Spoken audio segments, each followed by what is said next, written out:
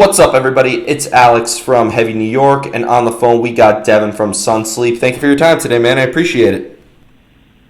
Yeah, man, of course. Thanks for having me on. Yeah, it's so awesome to have you here. You have your new single that's coming out tomorrow called Dead, and then you also released another single called Drifting Away. Could this almost serve as like maybe a clear representation of what maybe the full-length album from you guys is going to sound like? Yeah, man. I mean, initially we went in and tracked 3 songs last October with a producer named Eric Ron out of LA. And the idea behind that was those songs would be pitched for a full-length album. They're all kind of different. This first one that we're putting out here tomorrow is a little bit more of like the progressive, heavier side of our band, if you could even say that. We have one, but a little bit more elaborate stuff going on in that one. And then we have like a poppier song coming out after that, and then like kind of like a lo-fi R&B track after that. So yeah, well, I almost consider your music to like be on a little bit more the experimental side. Like listening to "I Hope to See You Again with Brand New Eyes," there was like many different vibes and different sounds. It's fair to say that Sunsleep likes to experiment with your sound a lot more, right? Totally, man. Yeah, I mean, I feel like that's the point of being in a band is having that experimentation and that collaboration with different people. So you can kind of create your own, unique, diverse sound. So we definitely try to keep things interesting and mix it up a little bit. Yeah. Do you have like a preconceived idea of how you want it to sound like, or does it kind of like just happen in a way like accident? I think the way that we approach songwriting and that I approach songwriting is we like to kind of just like make as many demos as we can. So I'll write stuff, that's super kind of out there that might not be end up being used for Sunsleep, and then we'll drop it in a Dropbox and kind of mess with it later on. And I feel like certain ideas take months and months sometimes to kind of like come into full fruition. So we definitely like to experiment around with different vibes and different sounds and stuff. Yeah, and I'd imagine that has to allow you to play with like different bands. Like I know you played with Slaves and Crown the Empire and other bands like that, but I'd imagine that like you could almost play with anybody at this point, right? Yeah, dude, it's a blessing and a curse. Really? How so? I mean, I think the thing is because we are so fluid, like we pull sounds from like indie rock and R&B, and then like from post-hardcore. It puts us in kind of a weird position sometimes where it's like I feel like we're either too soft for like the post-hardcore world, or we're too like rock for like the indie pop world. Yeah. So yeah, that always happens. Like your most heavy song is like Cher to the metal crowd, but your least heavy song still is like Emperor to like the more radio friendly crowd. Yeah, exactly, dude. Yeah. So, but that's the thing with music is like we like to express ourselves and be as unique as we possibly can with our art. So we don't like to kind of just like tie ourselves down to one thing or another. Yeah. Is there ever a time, like being a vocalist, do you need to hear music to come up with lyrics, or could there ever be a time where maybe the sound is influenced by a concept or even lyrics that you already had made? So lyrically, I think coming up with lyrical concepts is the toughest thing about songwriting personally, which is weird because I'm the singer, right? But the reason being is because like I'm not the kind of person that just can kind of like throw together like a whole conceptual idea for like an EP or an LP or even like a few singles like within like a day or two. I like to kind of give it time to go through experiences. I think one pitfall that I found in my writing is like when I'm trying to crank out a bunch of songs, I tend to write songs about the same type of thing. So, because in life, like we go through things and we learn lessons and go through different experiences, and that takes time, like to kind of come up with a new perspective or a new idea on how to like on a certain topic. So, I kind of like to take my time with writing lyrics, and it's usually the thing that I save for last to kind of like, like kind of brush over once I've had some time like away from the instrumentation side of things. Mm-hmm. So it's fair to say, like, you really need. Do you find it easier to come up with ideas when you're in the company of your other bandmates, or do you prefer to like be a little bit more alone in isolation for ideas to come?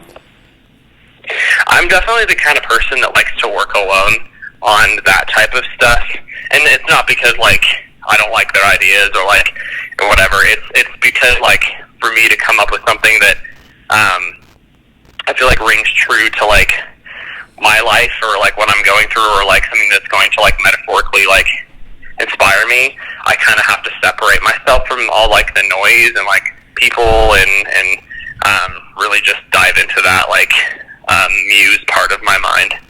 Okay, fair enough. Well, I mean, but I'd imagine that you do take outside inspiration from other sources though as well, right? Oh, totally.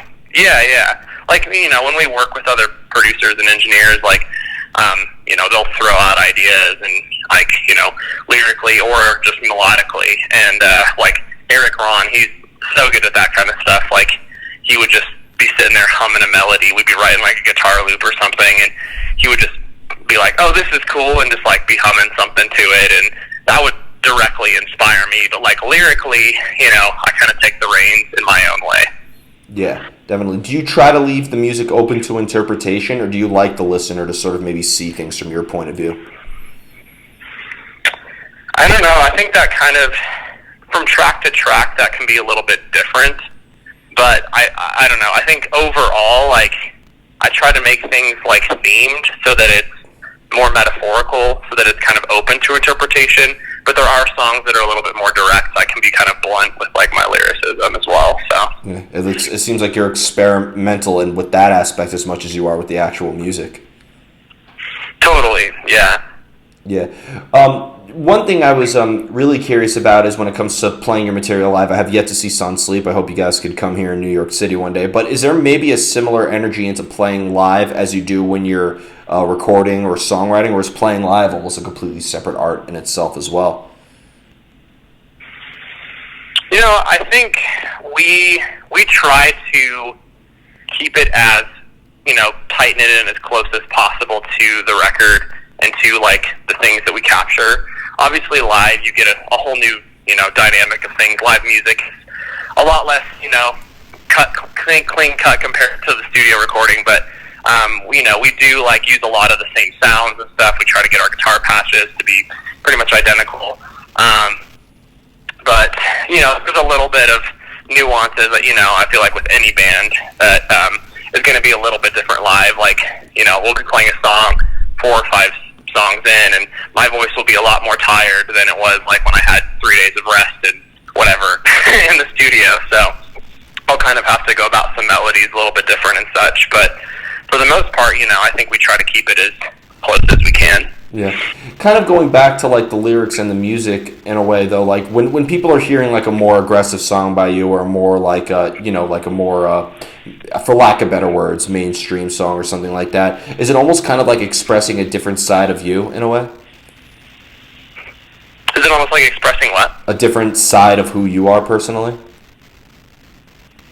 Yeah, man. I think each one of these songs, like that we've put out kind of has its own attitude, and like it's a way to just like go into a different mindset and express part of me that might be different from like a song like Dive, as opposed to like our debut song Fever, which is talking about like anxiety and dealing with like some inner demons.